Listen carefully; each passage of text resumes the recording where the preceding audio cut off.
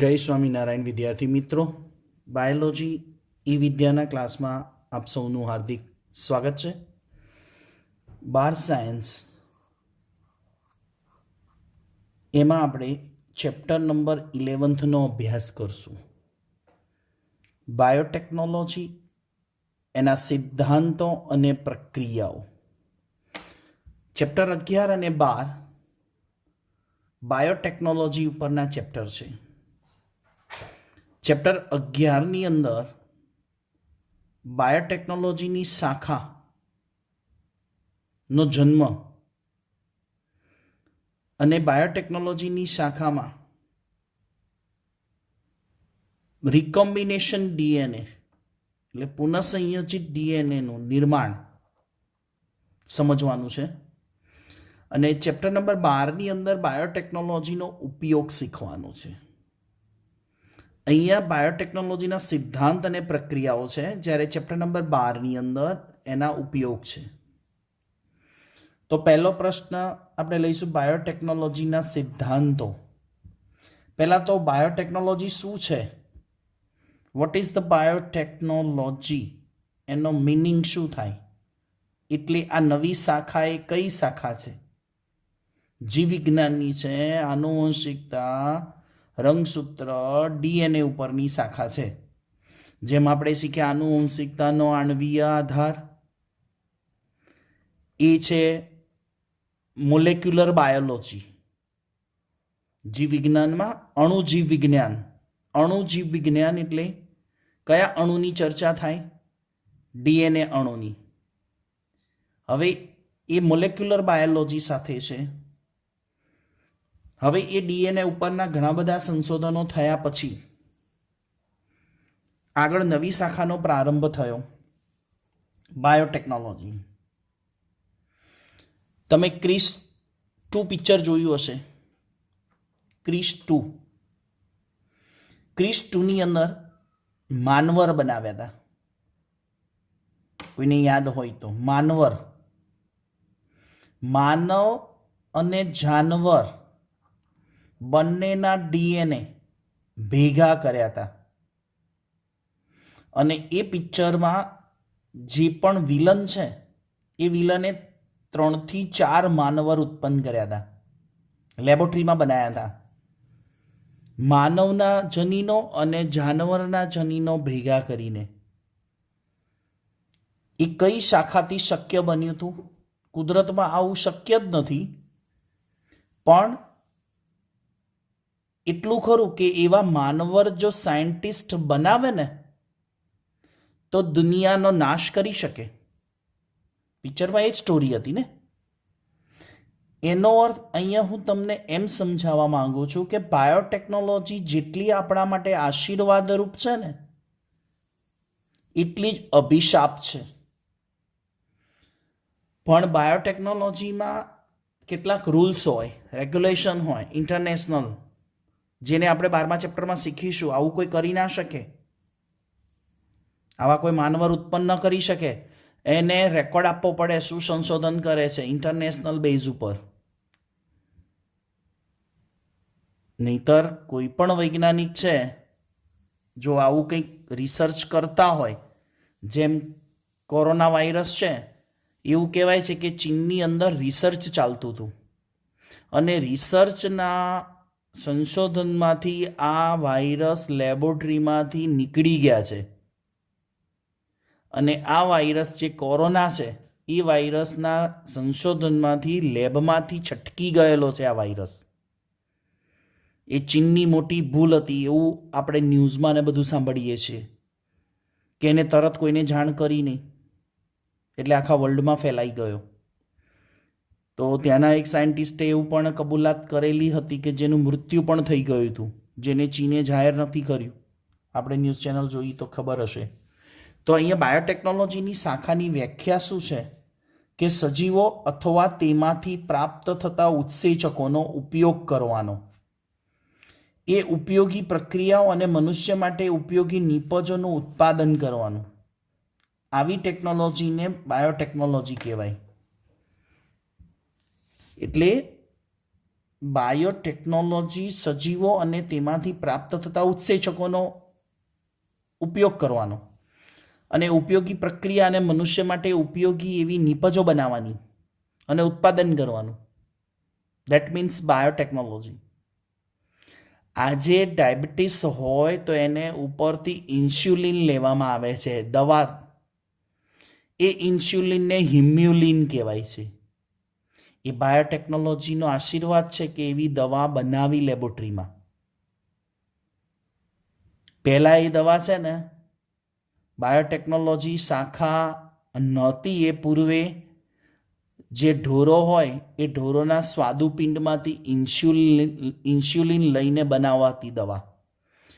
ઢોરોના સ્વાદુપિંડમાંથી જે કતલખાનામાં ગયા હોય એ ઢોરોને કાપીને એમાંથી સ્વાદુપિંડ લઈ અને એમાંથી સ્વાદુપિંડના અંદર લેંગરહાન્સના કોષપુંજ અને લેંગરહાન્સના કોષપુંજોમાંથી આલ્ફા ને બીટા ને ડેલ્ટા સેલ સમજાવેલા.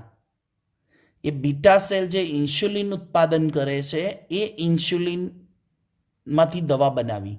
પણ એની સાઈડ ઇફેક્ટ શું આવી કે કતલખાનામાં આવેલા જે ઢોર હતા ને એમને કોઈ પોઈઝનિંગ અથવા તો કોઈ રોગ થયો હોય ને તો એની સાઈડ ઇફેક્ટ મનુષ્યમાં પણ આવી. એટલે એ વૈજ્ઞાનિકોએ વિચાર માંડી વાળ્યો અને બાયોટેકનોલોજીનો ઉપયોગ કરીને કૃત્રિમ ઇન્સ્યુલિન બનાવ્યું જે માનવી માટે બહુ ફાયદાકારક છે. તો આવી રીતે એક ઉદાહરણ તમને આપ્યું. આવું તો ઘણું બધું માનવના હિત માટે માનવ ઉપયોગી નિપજો બનાવી છે બાયોટેકનોલોજીએ. દવાથી માંડીને રસીઓ બનાવી છે. એ બધું જ તમને 12મા ચેપ્ટરમાં શીખવામાં આવશે. કોણ કંટ્રોલ કરે છે? IFB, European federation of biotechnology. હવે એનો સિદ્ધાંત એક છે જીનેટિક એન્જિનિયરિંગ વિદ્યા. શું છે આ જનીન ઇજનેરી વિદ્યા? હવે જીનેટિક એન્જિનિયરિંગ પણ છે. તો આ જનીન, જીનેટિક્સ એટલે જનીનો જોઈ ગયા મનુષ્યમાં 20,000 થી 25,000 જનીનો છે. Human genome project. પણ એ જનીનોને ડીએનએમાંથી મનુષ્યના ડીએનએને માંથી લઈ એને કાપવાના, અન્ય બેક્ટેરિયાના પ્લાઝમિડ સાથે જોડવાના, યજમાન કોષની અંદર પ્રવેશ કરાવવાનો એટલે કે બેક્ટેરિયાના કોષની અંદર દાખલ કરવાનું મનુષ્યનું ડીએનએ. તો એના માટે શું જોઈશે? એવા હાઈ ટેકનોલોજીવાળા સાધનો. હવે એ સાધનો તો કોણ બનાવે? એન્જિનિયર.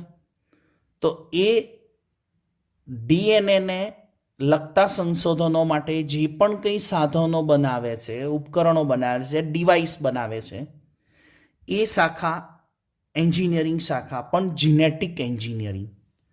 તો આનુવંશિક દ્રવ્યના નાઇટ્રોજન બેઝના ક્રમમાં ફેરફાર પ્રેરી યજમાન કોષમાં તેનો પ્રવેશ કરાવવાનો અને યજમાન કોષમાં પ્રવેશ કરાવવાથી બાહ્ય સ્વરૂપમાં શું થાય? ફેરફાર થાય. એને લગતા જે પણ કંઈ નાના મોટા ડિવાઇસ ઉપકરણો છે એને બનાવવાનું કામ જીનેટિક એન્જિનિયરિંગ, અને આ બધું જીનેટિક એન્જિનિયરિંગ કરે છે. બાયોટેકનોલોજીનો બીજો સિદ્ધાંત જૈવ પ્રક્રિયા અને ઇજનેરી વિદ્યા. હમણાં જ વાત થઈ કે આવા ઇચ્છિત સૂક્ષ્મજીવો કે સુકોષ કેન્દ્રી કોષોને જંતુરહિત માધ્યમમાં જાળવવાના, એટલે કે જ્યાં જમ્સ લાગેલા ના હોય એવા માધ્યમમાં જાળવણી કરીને એન્ટીબાયોટિક દવાઓ, રસીઓ અને ઉત્સેચકોનું નિર્માણ કરવાનું જે માનવ ઉપયોગી હોય. તો એ ઇજનેરી વિદ્યાની અંદર બાયોપ્રોસેસ કરવાની છે. એ બાયોપ્રોસેસમાં શું કરવાનું? તો અહીંયા લખ્યું છે એ પ્રમાણે કે ઇચ્છિત સૂક્ષ્મજીવો કે સુકોષ કેન્દ્રી કોષોની જંતુરહિત માધ્યમમાં જાળવણી કરવાની અને ત્યાર પછી એમાંથી એન્ટીબાયોટિક, રસી એટલે કે વેક્સિન અને ઉત્સેચક એટલે કે એન્ઝાઇમનું નિર્માણ કરવાનું. તો આ હતા બાયોટેકનોલોજીના સિદ્ધાંત 2 છે. એક જનીન ઇજનેરી વિદ્યા અને જૈવ પ્રક્રિયા ઇજનેરી વિદ્યા. આગળ એક બીજો ક્વેશ્ચન પૂછાય છે, કન્ટિન્યુ ટોપિક છે. જે પરંપરાગત સંકરણ આપણે કહીએ છીએ એ કઈ મર્યાદા જનીન ઇજનેરી વિદ્યા વડે દૂર કરી શકાય અને કેવી રીતે? હવે પરંપરાગત સંકરણ એટલે કયું? એમાં કઈ મર્યાદા આપણને નડે અને એ મર્યાદાને જીનેટિક એન્જિનિયરિંગ શાખા વડે દૂર કરી શકાય કેવી રીતે? તો અહીંયા આગળ રિપ્રોડક્શનની વાત કરવાની છે. આપણે પ્રજનનમાં બે પ્રકારના પ્રજનન છે, એક અલિંગી પ્રજનન છે ને બીજું લિંગી. તો અલિંગી પ્રજનનમાં તમને ખ્યાલ હશે, અલિંગી પ્રજનન એક એવા પ્રકારનું પ્રજનન છે કે જેમાં વર્ષો સુધી પેઢી દર પેઢી એકના એક લક્ષણો જળવાઈ રહે. આનુવંશિકતાની માહિતીને પેઢી દર પેઢી જેમ છે એમ જાળવી રાખે. કરસનભાઈના ખેતરની વાડીમાં થતા લીંબુ એક એવા પ્રકારના લીંબુ છે કે જે બજારમાં ઊંચા ભાવે વેચાય છે અને એ જે લીંબુની જાત છે એનો ભાવ ઊંચો મળે છે કારણ કે એનો રસ સારો છે. હવે કરસનભાઈને ખબર પડી કે આવા માર્કેટની અંદર મારા લીંબુ સૌથી વધારે વેચાય છે અને માંગ રહેશે, તો હવે વર્ષો વર્ષ સુધી એવા ને એવા લીંબુ જો કરસનભાઈને લેવા હશે તો એ શું કરશે? અગાઉના લીંબુના જે છોડ છે એની કલમો કરશે અને નેક્સ્ટ યરે એ કલમને વાપરશે. કલમ કરવી એટલે ખબર પડી ને, કોઈ એક શાખાને કાપીને નાની નાની 100-200 શાખાઓ બનાવશે નાના, અને એ કલમ રોપણ કરશે અને એના દ્વારા ફરીથી એ લીંબુ એવા ને એવા આવશે. આ થયું અલિંગી પ્રજનન, જેને આપણે વાનસ્પતિક પ્રજનન કહેતા હતા, વેજીટેટિવ રિપ્રોડક્શન, રાઈટ. હવે લિંગી પ્રજનન થાય છે એટલે એમાં નર અને માદા બંનેના જનનકોષો જોડાય છે, શુક્રકોષ અને અંડકોષ જોડાય છે. ત્યારે એની અંદર નવા લક્ષણો, નવી રચનાઓ અને ભિન્નતાની તક પૂરી પાડે છે. એટલે પેઢી દર પેઢી લિંગી પ્રજનનથી એવા ને એવા લક્ષણો જળવાઈ રહેતા નથી, એટલે કંઈક ભિન્નતા આવે છે. એટલે ભિન્નતા એટલે એક જ જાતિના બે સજીવો વચ્ચે જોવા મળતું જુદાપણું. અને એમાંના કેટલાક સંયોજનો જે આપણે મોર્ગનના પ્રયોગમાં જોયું હતું, ડ્રોસોફિલામાં પુનઃસંયોજન, ભૂખરા રંગની માખી, કાળા રંગની માખી, લાંબી પાંખ, ટૂંકી પાંખ, એવા નવા સંયોજનો જે મળે, એ જે ભિન્નતા છે એ સજીવ તથા વસ્તી માટે ફાયદાકારક હોઈ શકે. શા માટે ફાયદાકારક હોઈ શકે? તો એના ઉપરથી આપણને એટલી ખબર પડે કે ફાયદાકારક એટલે નવા લક્ષણો આવે એટલે વસ્તીમાં નવું લક્ષણ પ્રવેશે, જેનાથી ભિન્નતા આવે. આ મેથડનો ઉપયોગ કરીએ તો એ પરંપરાગત છે. પણ પરંપરાગતમાં ઘણીવાર શું થાય છે, અનિચ્છનીય જનીનોનું પણ ગુણન થઈ જાય અને વારસાગમન થાય. જ્યારે આપણે વનસ્પતિ અને પ્રાણી સંવર્ધન શીખ્યા, એમાં ઉપયોગી પરંપરાગત સંકરણની પદ્ધતિઓ આપણે અપનાવીએ, અંતઃસંવર્ધન, બહિર્સંકરણ, બાહ્ય સંવર્ધન, પણ એની અંદર કેટલીક વખતે શું થાય છે, જે ઈચ્છા નથી ને એવા અનિચ્છનીય લક્ષણો પણ આવી જાય છે. હવે એવા અનિચ્છનીય લક્ષણો વારસાગમન થાય, પાછા પેઢી દર પેઢી આવે. એટલે જીનેટિક એન્જિનિયરે શું કીધું કે કોઈ એક સારા પ્રકારની સારી જાતનો આખલો છે, એ આખલાની તાકાત બહુ છે, ખમતી દર છે, તો એના વીર્યમાંથી જે શુક્રકોષો છે એના જનીનને ઓળખી અને માત્ર એ જ જનીનને લેવાના કે જે એની તાકાત માટેના હોય અને રોગપ્રતિકારક શક્તિ સારી હોય, એવા જનીનને ઓળખવાના અને એટલા જનીનનો ડીએનએનો ટુકડો લઈ લેવાનો.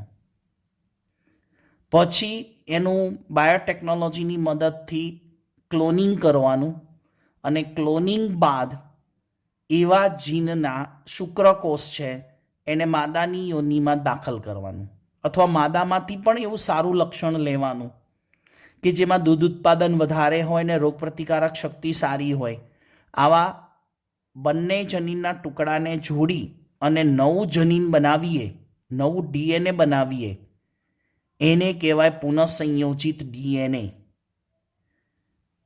ખ્યાલ આવે છે? પુનઃસંયોજિત ડીએનએ, જેને ઇંગ્લિશમાં રિકોમ્બિનેશન કર્યું કહેવાય. રિકોમ્બિનેશન ડીએનએ. બાયોટેકનોલોજી આના ઉપર જ છે, રિકોમ્બિનસ ડીએનએ ઉપર જ છે.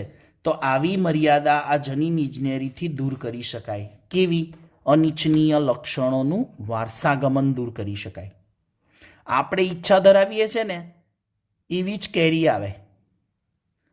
મગનભાઈના ખેતરમાં આંબાની કેરી ખાટી અને મોટા કદની છે.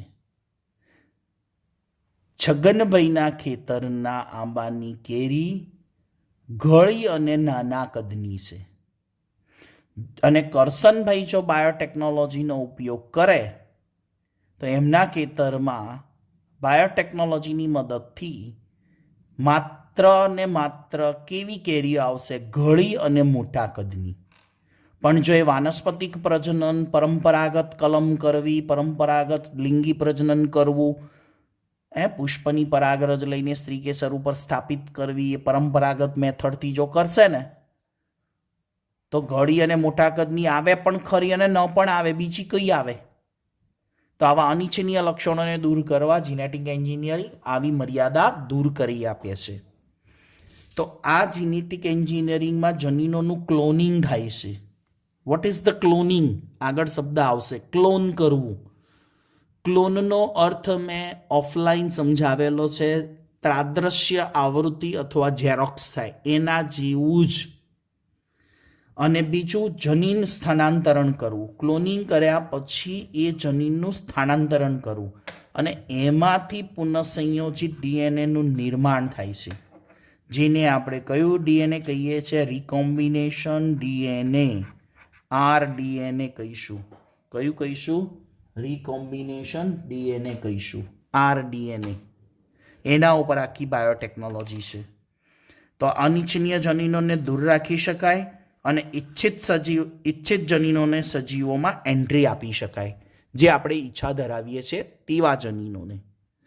આ એક જીનેટિક એન્જિનિયરિંગની મદદથી બાયોટેકનોલોજીમાં ખૂબ સારું આયોજન કરી શકાય છે અને ઈચ્છા ધરાવતા લક્ષણોને આપણે મેળવી શકીએ છીએ. આ હતા બાયોટેકનોલોજીના સિદ્ધાંતો, જે આપણે આજના વિડીયોનું ટાઇટલ રહેશે. નેક્સ્ટ વિડીયોની અંદર આગળ આપણે અભ્યાસ કરીશું. ત્યાં સુધી સૌ વિદ્યાર્થી મિત્રોને જય સ્વામિનારાયણ.